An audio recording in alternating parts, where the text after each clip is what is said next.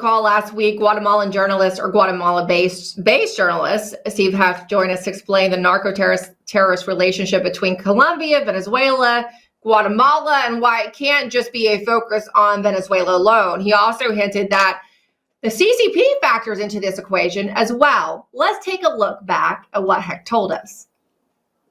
What Gary Bernstein has found out is that is all one organization. That Venezuelan operation, the Cartel de los Soles, and China is controlling Venezuela. Venezuela is involved inside the United States. And this is a major requirement for Trump. He has to act against those cartels. He must. And in Guatemala, that's the place where, in Guatemala, he's not. His people, Bradley and Ventrell, are undermining him in Guatemala. Arevalo is illegally in power because Trump's ambassador and DCM are keeping him illegally in power. They should be immediately removed. Join us again today for a deeper dive into how China factors into this relationship, plus much more, is Steve Hecht. But we'll just pick up where we left off. Emerald? Can you hear me now? We can. Okay. I'll just let you go ahead. I asked you where we are. Yeah, I was saying I'm very happy to be with you again. And, the CCP needs to penetrate Latin America as part of its conquest of the United States. I mean, the CCP cannot survive if the United States is strong and free. So they've been penetrating Latin America for a long time, and Venezuela, of course, is the key. And they launder the cartel's money, and they have a huge interest, and the cartels are part of that. And the election interference that we've discussed, and the intelligence penetration by foreign agents in the United States, especially Cubans, we've talked about. All of this is one package. So there's nothing to talk about anymore. When Trump is saying, let's end the jaw, how could you talk with somebody who there's absolutely no middle ground? Either they continue or they don't continue. And if they do continue, the United States has a huge problem. So Trump has to take them out. He's got to remove the Maduro regime one way or another way. That regime has to go. But that will not be enough. You have to dismantle the cartel. You have to take that cartel and degrade it and make it so that it can't continue to do the same things that it's been doing. And that means if you get rid of that regime in Venezuela, you have to make sure that the cartel has been uprooted, but then you have to deal with the other countries. And in those other countries, Guatemala is one of the most important that you can deal with, because it's the last stop on the land route before entering Mexico. Mexico's a tough place because those cartels are much, much stronger in Mexico than any place else, except for Venezuela, where the cartel and the government are the same thing. At least in Mexico, we think that the government and the cartel are not the same thing, but the cartels have so much power that they're almost the same thing. But in Guatemala, that's not the case at all. Guatemala could be a firm U.S. ally very easily if Trump took a look and took action. Because in Guatemala, the Biden regime and the State Department fraudulently installed Bernardo Arevalo as president in 2023.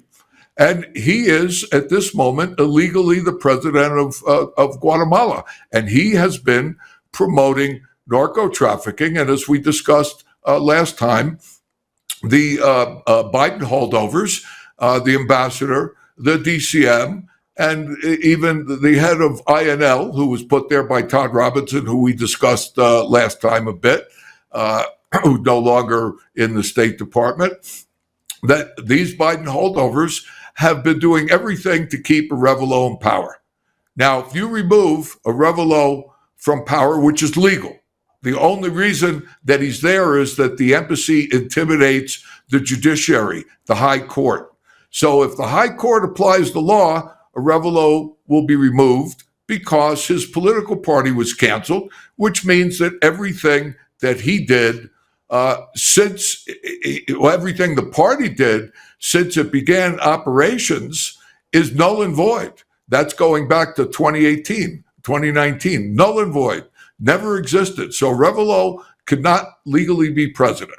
So the problem that Guatemala has is that the State Department, for maybe the last 15 years, has been protecting, installing criminal socialists in Guatemala's judiciary and its administration, and they protect guerrilla successor groups that oppress local people.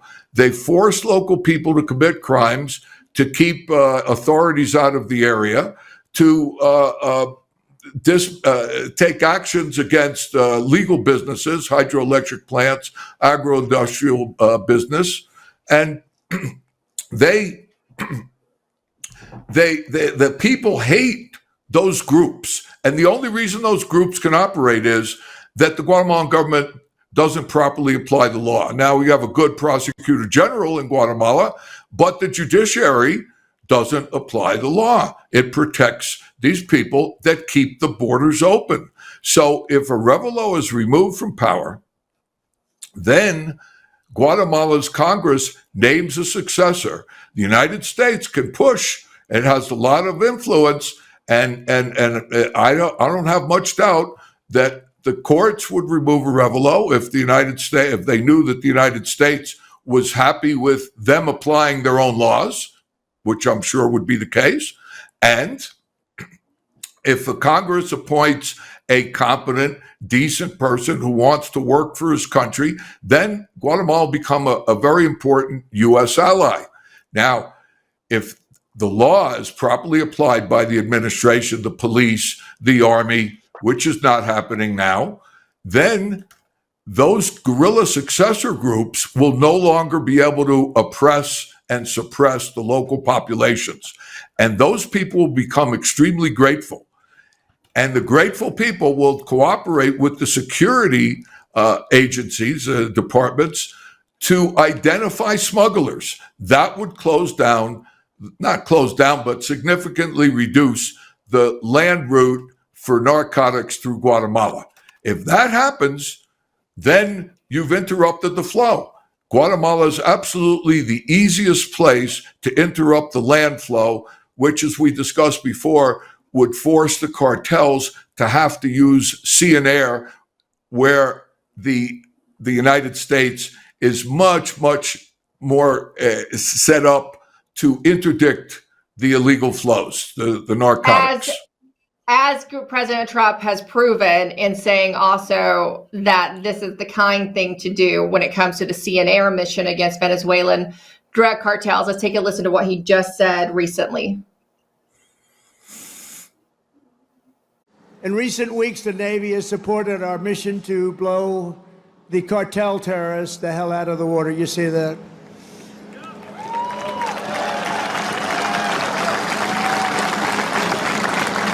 And you know, there are no boats in the water anymore. We can't find any. We're having a hard time finding them. But you know, it's a pretty tough thing we've been doing, but you have to think of it this way. Every one of those boats is responsible for the death of 25,000 American people and the destruction of families. So when you think of it that way, what we're doing is actually an act of kindness. So I'll just end on this note in saying that what you're talking about in in Guatemala doesn't involve military action like that. It's much easier. It's an easy, just diplomatic push from the State Department in doing what should be done and getting these Biden holdovers out for those people who are, of course, wary of regime change, right, and military intervention. What you're talking about in Guatemala is not that, Steve. 30 seconds, and this has been great. That's exactly correct, Emerald. An excellent summary.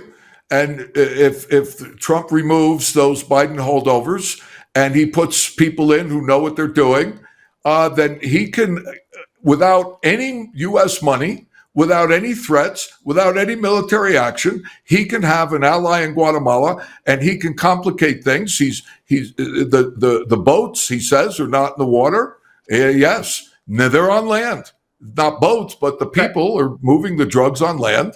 And Guatemala is a key place where it's easy, like we just discussed, to close it down. And that would be a very big move against the cartels. And I think that Trump should take a look at it right away. Steve Hecht, thank you so much. My pleasure, Emerald. Great to be with you.